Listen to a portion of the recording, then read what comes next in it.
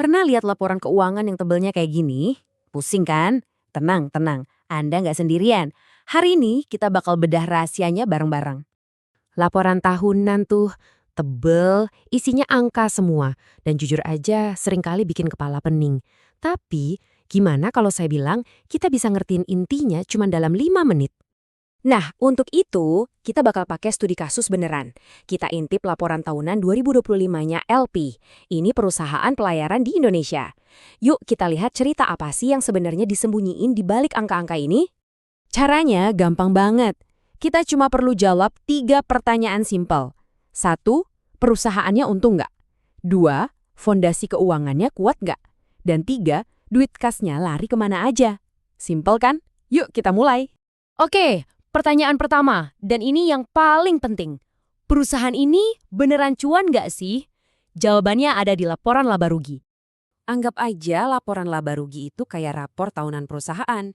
Jadi, semua pemasukan dijumlahin, terus dikurangi semua pengeluaran. Hasil akhirnya, ya antara untung atau rugi. Gitu doang. Oke. Jangan pusing dulu lihat angka sebanyak ini.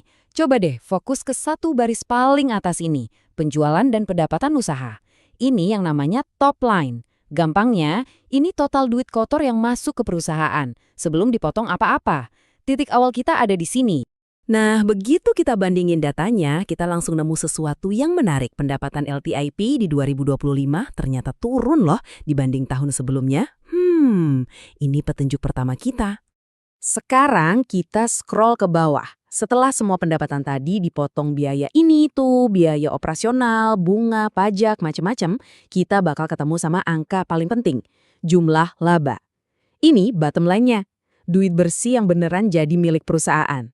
Dan polanya sama, laba bersihnya juga ikutan turun di 2025. Jadi pertanyaan pertama kita terjawab, LPI masih untung, iya, tapi performanya lagi turun. Oke, menarik. Oke, laba turun. Apakah itu berarti perusahaannya lagi goyang? Eits, tunggu dulu, belum tentu. Buat tahu seberapa kokoh fondasinya, kita harus intip yang namanya neraca keuangan. Coba bayangin neraca keuangan ini kayak foto ronsen kesehatan finansial perusahaan di satu waktu. Sederhana kok, di satu sisi ada aset, semua harta perusahaan, di sisi lain ada liabilitas alias utang ditambah ekuitas atau modal sendiri. Nah, kedua sisi ini harus selalu balance, wajib. Dan coba lihat deh angkanya. Wow, total aset ILP di akhir 2025 itu lebih dari 3,3 triliun rupiah. Ini nilai semua yang mereka punya loh, dari duit di bank sampai kapal-kapal mereka. Nah, dari mana duit buat beli aset segitu banyak? Grafik ini nunjukin jawabannya. Ternyata 80%-nya itu dari modal sendiri, alias ekuitas. Cuma 20% yang dari utang. Ini sinyal bagus banget.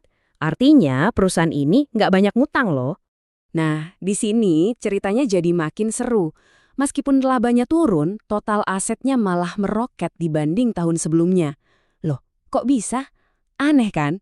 Ini petunjuk kedua kita yang super penting. Oke, kita udah punya 2 keping puzzle. Laba turun, aset naik. Aneh. Sekarang buat pertanyaan terakhir, kita bakal jadi detektif dan ngikutin jejak uang tunainya. Biar kita ngerti apa yang sebenarnya terjadi. Kalau tadi laba rugi itu kayak rapor, nah laporan arus kas ini ibaratnya kita lagi ngecek mutasi rekening koran perusahaan. Dia nggak peduli sama istilah akuntansi yang ribet. Cuma satu yang penting, duit beneran yang masuk dan duit beneran yang keluar. Cash is king kan? Dan lihat deh ini, cash dari operasional bisnisnya ternyata lebih gede daripada laba bersih yang mereka catat. Artinya apa? Ini artinya LP jago banget mengubah penjualan jadi duit cash di kantong. Ini tanda perusahaan yang efisien. Terus kemana perginya duit cash sebanyak itu? Nah, ini dia jawabannya. Perusahaan ini gelontorin lebih dari 166 miliar rupiah. Itu gede banget loh, cuma buat DP beli aset-aset baru. Aha, ini dia kepingan puzzle terakhir yang kita cari. Oke, saatnya menyatukan semua petunjuk. Laba turun, aset naik drastis, dan duit kasnya dipakai buat belanja besar-besaran. Kira-kira cerita apa yang bisa kita simpulkan dari sini? Jadi ceritanya begini, ini semua soal investasi strategis. LPI kayaknya sengaja mengorbankan keuntungan jangka pendek buat sesuatu yang lebih besar, yaitu membangun fondasi aset yang jauh lebih kuat buat masa depan. Istilahnya, tanam sekarang, panen nanti. Dan ini ninggalin kita dengan satu pertanyaan besar. Dengan aset yang makin kuat tapi laba yang lagi turun, apa langkah LPI selanjutnya? Keputusan mereka berikutnya bakal nentuin apakah pertaruhan besar mereka ini akan berhasil. Nah, ini yang bakal seru buat kita pantau ke depannya.